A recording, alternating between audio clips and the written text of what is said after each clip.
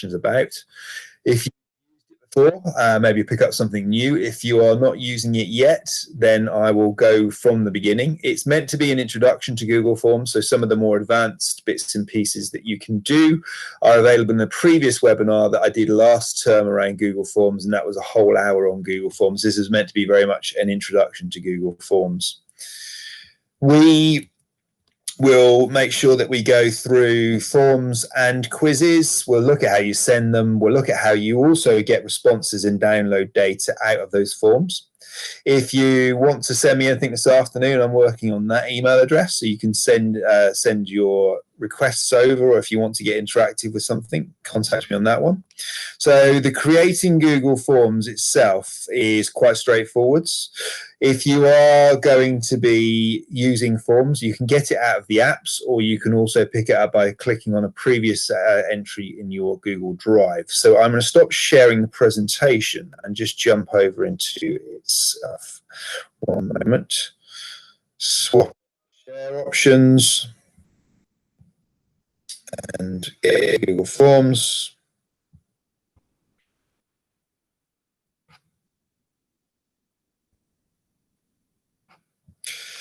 So Google Forms looks a bit like this, and the way I got to it was clicking the app launcher at the top. Forms for me, I've pinned as one of my frequently used apps at the top.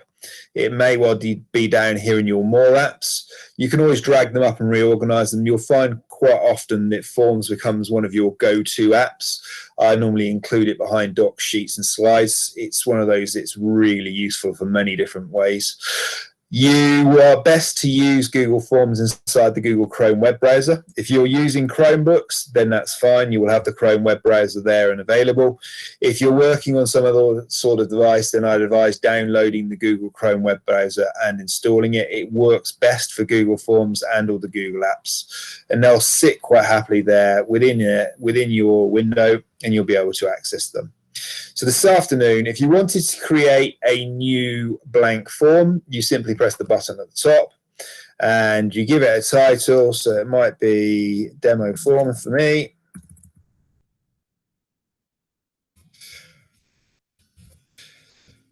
Type this afternoon, that is. You can give a sub description, which would give you more of an understanding about how the form should be used. Maybe someone's coming to this cold and they don't understand why they're being asked to fill this form in.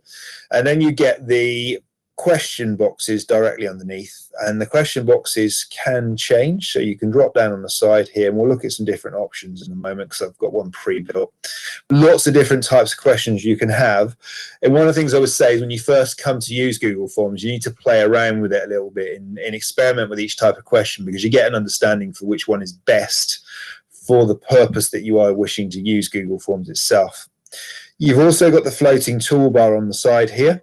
So the add a question box is there. You can import questions from other Google Forms. So if you know you've created some questions in another form and you want to get them in and merge them into a new form you're starting, not have to write them all over again, importing questions is a good way to do that, and it will look out into your Google Drive for the other form. You can add in title boxes. If I click those a minute, that helps to break it up. So here's a title, and let's say I wanted that above that question. I'm going to bring it up above so it sits underneath my main title, and that's a subtitle. Could add an image. I can also embed a video. It works best with YouTube. Or I could add a section. So it might be there that section 1 is above, that's my demo form, and section 2 is another untitled section. And when people come to complete Google Forms, instead of actually having one massive chunk to fill in, which can be quite off-putting, if you split it in sections, they will fill in the sections one by one. So you might have 5 sections, 1 of 5, but people are a lot happier filling in a couple of questions in section 1 and a couple of questions in section 2, and don't tend to give up or become as disgruntled in filling out a big long form as if it's just one block. So it's a way of thinking about how you're going to set them out. I'm going to jump out of that one and go back into forms over here. Anything you've created recently will be down here in your recents list. And you can see at the moment, mine are not owned by anyone in particular. You can change the view. So at the moment, I've got it in thumbnail view to see what's going on. You could change it so it's a grid view, and you can just see them as titles and dates and who owns them. I want to go back to thumbnail view because it's easier to see what's going on. Organize them if you want A to Z. And you can also have a file picker, and in the file picker you can find things that are in your My Drive. So you might find other Google Forms and open them from in here, so you don't have to go wandering off. You can bring other bits and pieces in. The other thing at the top that you can do is create a quiz. So forms aren't just for collecting data. You can use them for teaching and learning purposes to create a quiz. Those quizzes can either be embedded into Google Classroom, which we've covered in previous webinars. They could be made available in your drive, or you could put them into the drive of different pupils, students. And they work in a very similar way. There are some subtle differences here. So when you've got your question and you've got your answers, you could signify which one is the correct answer. So that if there were more options than one option, it maybe was option 1 and option 2. So you say that option 1 is the correct answer. So when they come to submit the answers for the quiz, the pupils can press mark and it will instantly tell them, because you'll have indicated which one is the correct answer and which one isn't the correct answer. I'll show you an example of that in just a tick. I'm going to jump out of that one there and come into, so we'll have a look at an example one over here. So here I've got whole school survey, and that's my first section. I might have decided that here I'm going to insert an image, so that's going to be one of the things I'm going to ask a question about. And then here I've created section 2, it's untitled at the moment, but I've got a question, and then both multiple choice questions. But it starts to give you options about how you want it to look and how you want it broken up to be set out. The way I've applied all the themes there, so I've chosen to have the foreground color here, the bars at the front, in a darker red. The background color I can choose. It auto formats to pick one that complements the other, so you haven't got an entire set of choices. You can choose different fonts, so you can have the basic standard sort of font, or you can have the more handwriting orientated, or you can have playful, which is a bit cartoonish, but most of the time I leave it on basic. And you can also upload header images, or you can choose images that are there by default. So I just got a picture of science equipment from the internet, and I popped it in on the top. It will crop it. There are some restrictions on that, but it does make it more relevant to the sort of form that you're designing. You can preview how that looks. At the moment, we're in editing mode. This is how it would appear to someone coming along to fill it in. So that was section 1. I could click next. I could go to section 2, and there's section 2. So clearly I've got a lot more work to do there. It's very basic. If I want to re-edit it, I press the edit button there, and then it will take me back to the edit view, and everything is good. You've got settings hidden in here. So if I press the gear for settings, under the general tab, you can collect email addresses, so you can find out who's filled it in. If you do want to collect email addresses, people will need a Google account. You can restrict it so only people in your school. So this has turned it on because it's a company account, but it will say the name of your school. So you can restrict it so only people in your school can fill it. Or you could have it so that everyone outside of your school, maybe you're sending this out to parents to gather maybe consent data or get some information about admissions. You can have it so that people external to the school can complete it. So you need to make sure that was unticked. You can limit it to 1 response as well. If you don't want people filling it in multiple times, which does happen sometimes, they either forget it or they keep going around in circles. Yeah, that means that they only get to put it in the once, but they do need to be signed in with Google again. There's a requirement there. If you want to, you can be nice and allow people to go back in and edit their form after they've submitted it, and you just tick that option there if you want them to be able to do that. And then they could see a summary chart at the end and their text responses if you want them to get some sort of feedback after they submitted. For the presentation, you can show links to make another response. You can also show a progress bar at the top, so when it's got step 1 of 2, step 2 of 2, so they understand where they are. If it was something like a quiz, you can shuffle the question orders, and then over here are the quiz options. If you wanted to convert your form into quiz, you slide that across and it will convert it over. So they're all up there in the settings icon. And if you want to share it, press send. You can either send it out by emailing directly, so you put the email address or addresses of the people you want to send it to. It's got a title, so you call it whole school survey in my example. You can be really friendly and send a message, so it's replacing having to email this form out.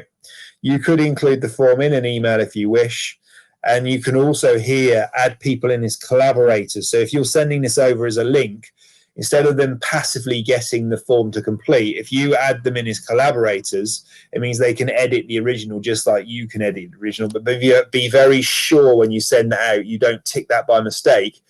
Martin, sorry, I don't think we can all see what you're clicking on. It's just okay. At the top, we can't see sort of anything that you're opening. Let me go back in and reshare.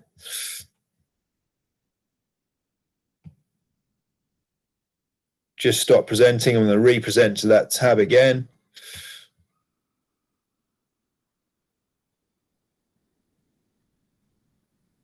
Press share.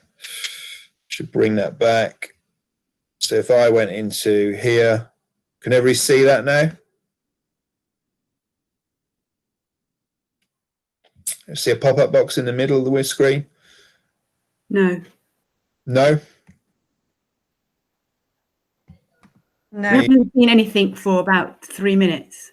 Okay, let me reshare again, see if that clears that up. So that one there, share. Can you see it now? It's loading up. Okay, I'll let it load first. That's really weird because I had a share bar at the top of the screen saying that my tab was shared, but clearly you guys couldn't see it. Is it reshared for you now? You see all the equipment at the top, and if I press the send button, do you see the pop-up window? Yeah. Yeah? Yeah. Brilliant. Okay, sorry for that, everyone. I don't know why it suddenly decided to stop sending the signal out. If it happens again, jump in straight away, and I'll go back and press the present button and cancel and reshare. So the email button here, which I've just got to from that send options, is you can either email your format, you can get a link, or you can embed it using code. So you put the email address in there. I'll re-explain that. The title of the survey is the one that you've got. You can give it a message. So instead of having to send the email separately, you can include it in there. Down at the bottom, you've got add collaborators, and that's what I was mentioning. Some schools have included that by mistake, and they've given parents, for instance, the right to go in and edit the original form when what they wanted them to do was complete it. So be careful not to add collaborators unless you really do mean to add collaborators. That's for only people that you want to give them the same rights as you've got. The other way of doing it is to take one of these URL links. You can shorten it down by pressing that, and it will bring it down quite considerably. Copy it out, and then if you did want to embed it somewhere in Google Classroom, or you really thought you wanted to email it anyway, you could just have a hyperlink to this, and then when they click that hyperlink, it would open up the form to complete. The final way to do this is if you wanted to have this Google form in something like a website, you choose the size you want to display in the pixels in width and height, and then you go in there, you take the code and you embed it into your school website.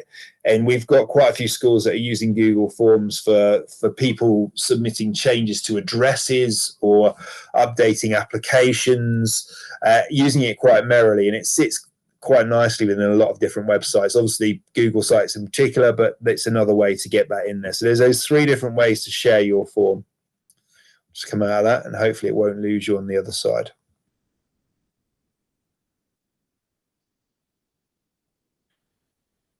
Going down. So we'll look at some example questions here because we said we would see the different types of questions.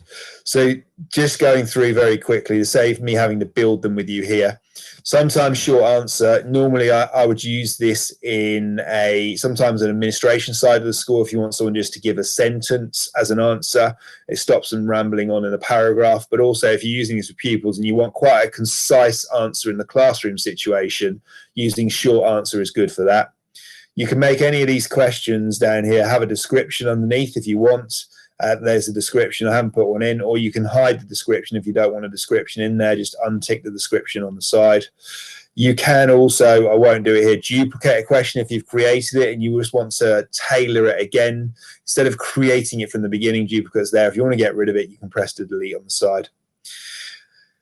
The other way of doing it there is, does your child have a medical condition? There's a short answer example in context there. Long answer down here is more of a paragraph style answer. It's many sentences together. So if you want something that's more open in a classroom, maybe they're submitting something back to you that's a descriptive answer, well then paragraphs are the right choice. You can make it required so that they can't submit the form at the end without having without having completed something in there. That's really useful in a classroom situation. And in there, you could also have a response validation, which means it is a validated response that you're expecting. The multiple choice answers are quite straightforward there. You choose your answers, you add more options down there. You can add picture descriptions. If you're using this with early years or year one, it's quite nice sometimes to put in a picture of a bus or a car. And if they don't always know what the words are, they'll often pick it up from the pictures. They do, of course, need to be able to read the question in the first place. So you can supplement that question with a picture, keep the words to a minimum. So it's another nice feature that you've got over here in Google Forms. Checkboxes are slightly different to multiple choice. Multiple choice, you have to pick one. Checkboxes, you can pick two or more. And you can have multiple things selected at the one time even there. Dropdowns, you choose your drop-down options there, and it could be, for instance, you're asking the religion of someone on an admissions form, and then when it comes to complete it, if I preview this, let's actually go to preview mode instead of going through. You've got an idea of what they look like in edit mode. Let's go to the preview section because drop-downs work more nicely over there. Here we've got our drop down. Those were the choices on the other end, but that's what it would look like from the person completing it on the end. You've got a multiple choice box. You have to pick one of them, so you can't get around that. I think it's frozen again, Martin, to be honest. Is it gone again? I think it's gone again. Okay, let's just reshare.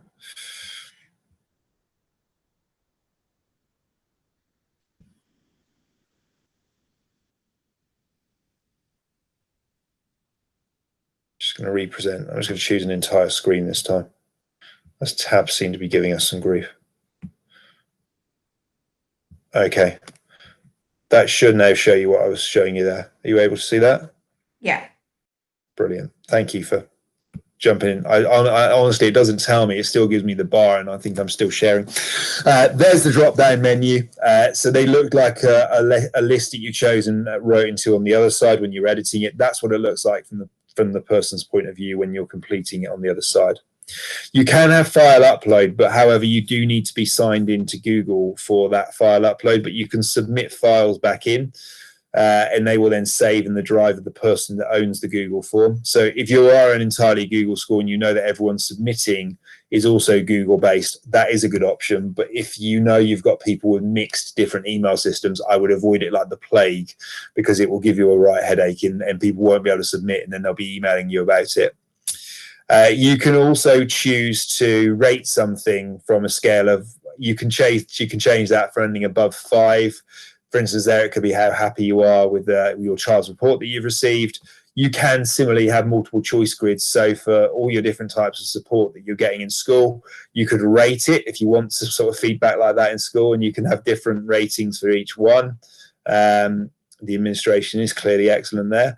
Then you can tick a box if you like here. So you can have yes, no, uncertain for going out on school trips.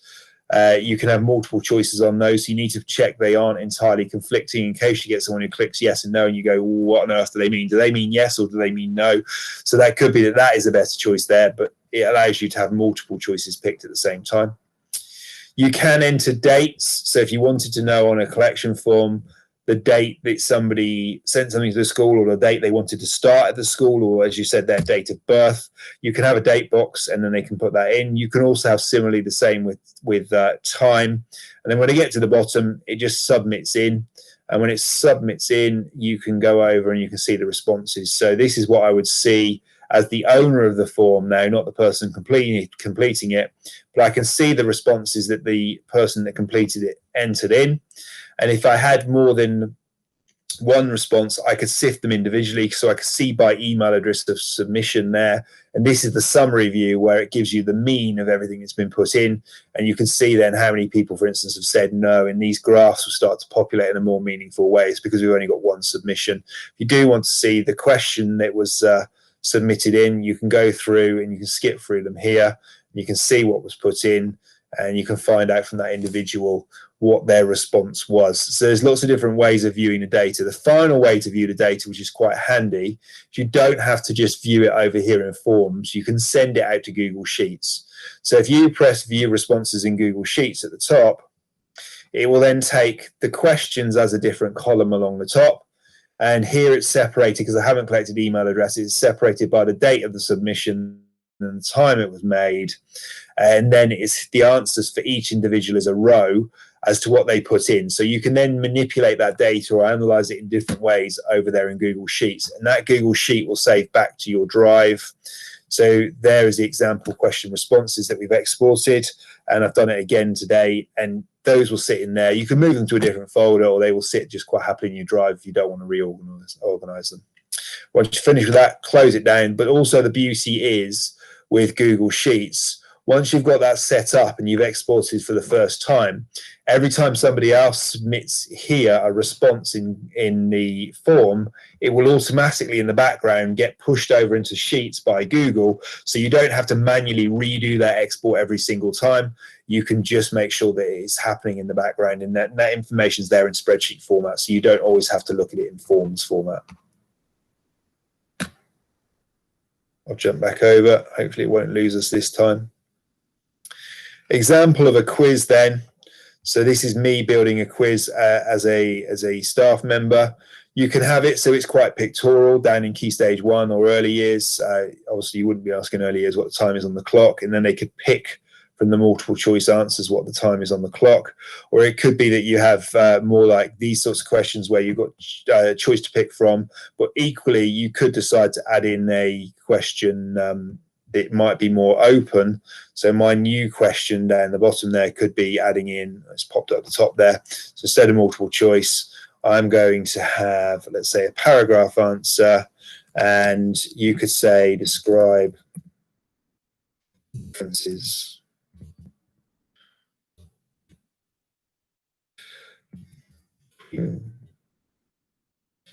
2D and 3D. Quite a big, far-reaching open question. And then they can put their long answer in there, and you could evaluate as a teacher what that's like. I don't want that at the top, so I'm actually going to drag that down, pop it down the bottom, and pop it underneath there because that seems like a natural flow for me. And then I can always check as a teacher again by previewing what it looks like over there. That's how it would appear for the pupil. They could have a nice box to respond in down the bottom there. Come out of that and come back to my original edited version. We said earlier about making sure that we've got the correct times. So over here, I have already predefined my two answers that are correct. You can see they've got green ticks next to them. Whether we're using 24-hour clock or 12-hour clock, they could pick either and they could still be correct. But I don't need to worry then as a teacher about having to go through and mark this afterwards. They can be quite independent in their learning, and whatever they've answered, they'll straight away find out if it's correct or incorrect. And you could have a description in here as well that says, if you got it incorrect, go to this Key Stage 2 Bitesize website. So again, they aren't necessarily coming to you to ask for support, or if it's a distance learning situation, they can be quite independent again in going and revising or reading again, either on their own or with a parent, some more information as to why they might got that wrong, and help them then get some deeper understanding in an area that they're looking at, and then come back and reattempt the quiz if you wish, or just be confident in that they've closed that gap in their knowledge. I'm going to jump back to the beginning again. I've got another one to show you. So it can be used on the admin side of the school as well. So if I went into an example that I've created another school, so this could be consent for school visits. Here we are sending this out to parents. So you're going to give the name of the child, surname of the child. It's got the names and the classes. Section 2 would be their medical and dietary requirements. This might be specific consent for GDPR purposes for a trip.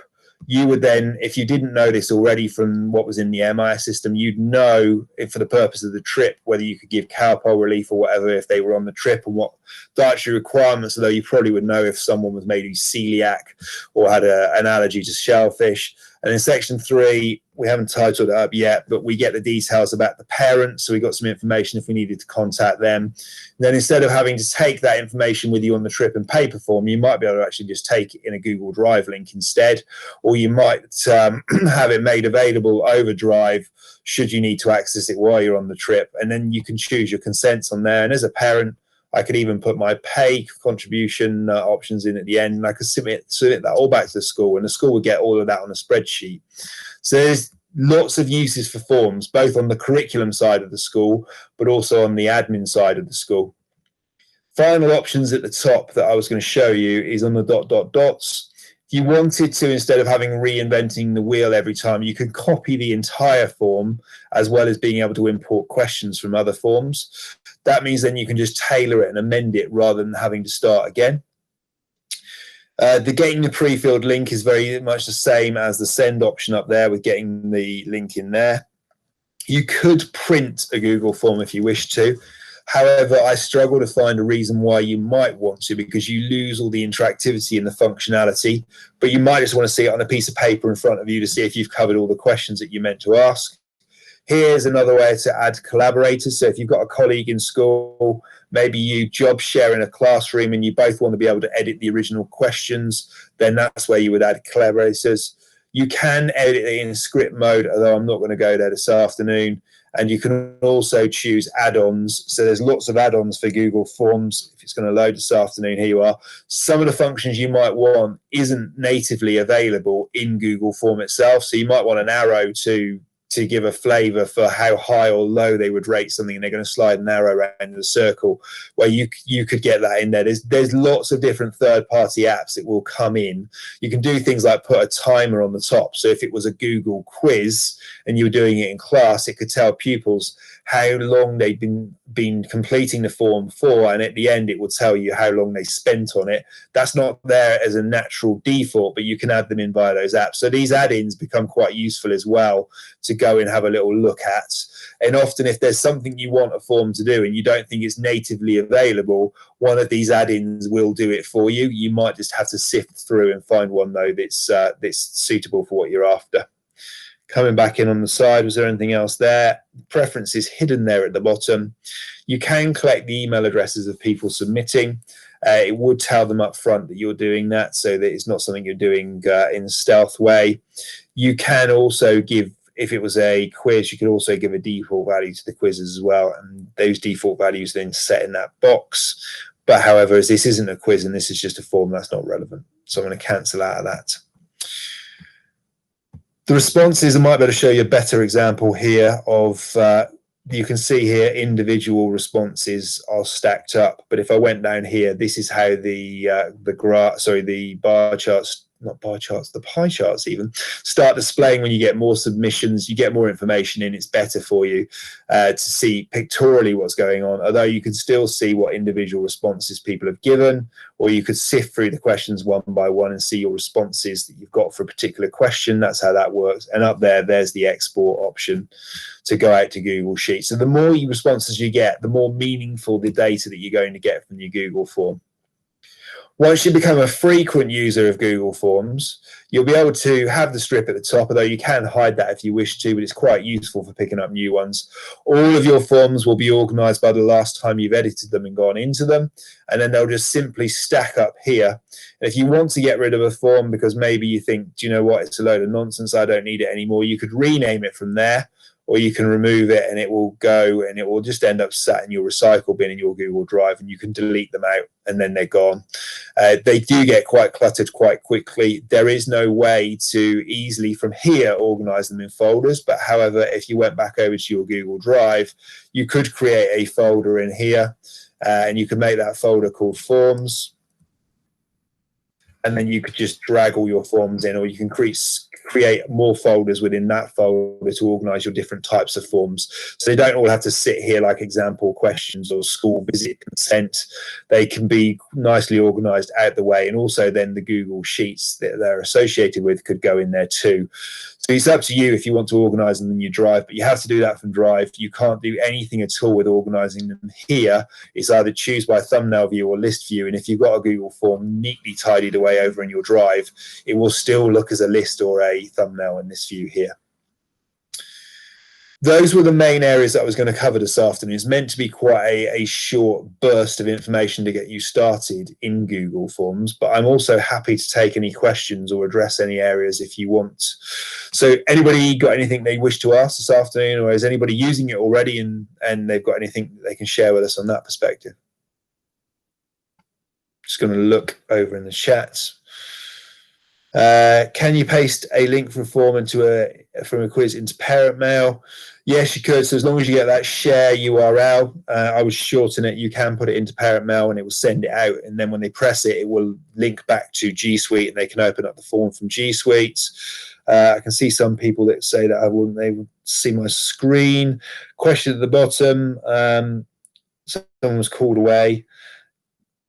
So someone's asking there about how at the end save the responses, please. The responses don't need to be saved. They automatically stay in the form and they will also save into the associated Google Sheet. So you don't need to worry about saving them. They just keep stacking up. You can make a quiz available for a certain period of time or also close submissions on there too. So if you know that you're using a submission form for a particular year, you could do that and stop them seeing it again to be able to go and make a submission in the next academic year. I've made quizzes, but I've never seen their responses. Okay.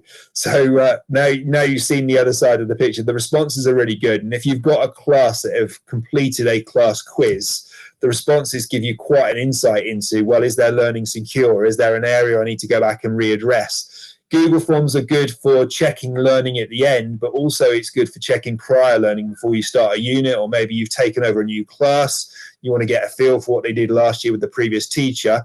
Give them a Google Form quiz. They love it. And also it's a good diagnostic for you to understand what their level of learning or understanding is about a particular topic or a unit within the topic.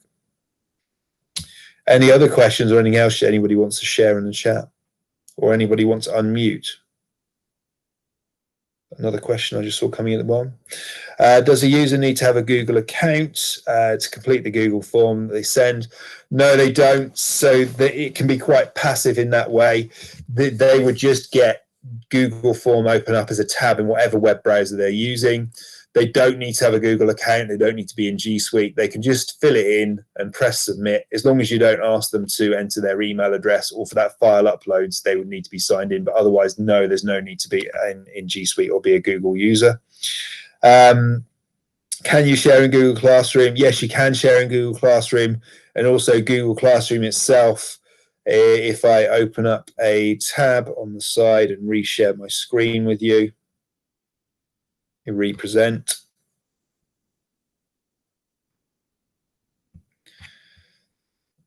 So if I was over here, just let it sync up.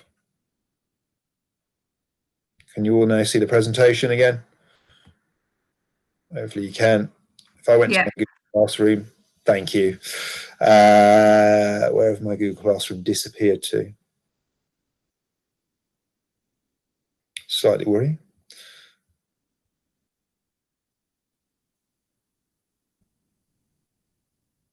My Google Classroom has disappeared entirely. Let me try that from a different menu in case it's disappeared out of there. Yes, it has.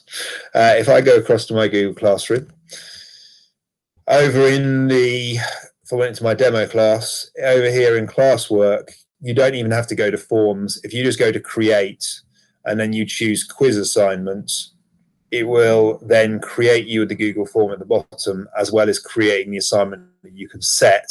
And then you can edit that Google form quite happily. It will open up. It's attached to that classroom there, and then it will appear as assignment. You could also get a share link. And you could pop it into stream. So if I discard that over here, if I just wanted to pop something in and I wanted to quickly dip into it, I could make a post. I've got it there. I could either attach it as a link down there, or I could just embed the link in the main text and post it, and then they could pick it up from there as well. So if you didn't want to set it as a piece of form or class, you can still get a Google form into Classroom there too. Where would you find the answers to that one, Martin? Would it be in your marks, in your like grading section, or in that one there? So if you did it in classwork, yeah, so although you're viewing it through Google Classroom and you've got the quiz in there, you can still go and pick up the answers to it. It will be over here in your Google Drive, so you can pick it there and you can view it from there. You could also go back into the, if I discard that one, let's just come out of that. You could also go back into the assignment itself and you could click on the original form. And as a teacher, you should, from memory, see the original form, but I would normally go to Drive and look at it through there. Okay. Martin, that's something that I've been doing. I'm the one who's been asking about finding responses. I've made quizzes on Google Classroom. And then Okay. I've had the children have uploaded their responses, and as soon as I go to open it, all I see is a blank form. I don't know actually how they get to say, or how I get to see their responses. Okay. I missed the beginning. I got called away. So everyone knows probably the answer, but I don't. So sorry. That's fine. So over here at the top of Google Classroom, you've got the Class Drive folder. So you've got your own personal Google Drive. You might have shared Google Drive for your school, which might be whole school, but you've also got Google Drive for your class. If you go in there, and they will all be sat there. There's all the quizzes that I've been messing around with on these demonstrations, and you just click on the one that's relevant to you, because yours will be titled up with something more meaningful, and you go in and see just click on it, and it will open up as a tab, and then you'll be able to go to the responses there and find the responses. I haven't got any in these demo versions because I haven't had a pupil go in and complete them. Brilliant. The other thing I know that you've shown people, but I missed that bit, sorry, was how you actually input the answers in advance. So when you're setting up the quiz and you want the answer to be there. Yeah, no problem. How did you do it? I wasn't here. That's all right. So let me go back into the example one I've got over here. So this is the one with the clock. You click on the question, and down here you can press answer key. Yep. And then you just click on the ones that are the correct answers until they've got the green ticks and press done. And then as a teacher, you know that when the pupils answer, if they chose 3:35 a.m., they're going to get incorrect. But if they choose one of those two, then they're going to get an instant tick, and they're going to get told that it is the correct answer. But you just need to go through and do that in the first place. And I think that's great. That's super. Thank you. That's excellent. Thank you. No problem at all. Any other questions?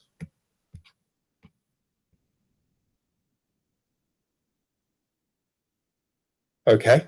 Well, I will say thank you again for coming along, as you always do. I really appreciate having you on these sessions. We've got one more webinar left next week, and that is for Microsoft Forms on Tuesday, and there isn't a Google one on the Thursday, as there are other things going on. So this is the last Google webinar of this term. We have been recording them, and as you know, I tell you that at the beginning, everyone. As yet, we need to adjust part of our website, but all these mini bite-sized webinars will be available in the end. And those will be on the page where you raise your support tickets. On the right-hand side, it says Teaching Resources. And there will be a sway end up in there with thumbnail links to our YouTube channel, where these bite-sized videos for all the sessions this half term will be. That will happen over the summer holiday. They're not there yet. We've had a delay on getting that part of the website amended, but they will be there. So thank you to everyone that's asked, and please bear with us. We're trying to get that rectified, but they will become available in the end if you want to watch them back at some point over the summer. So thank you for coming along, and I'll stop the recording now, but I'll also remain here just in case anyone else wants to ask a question as other people drop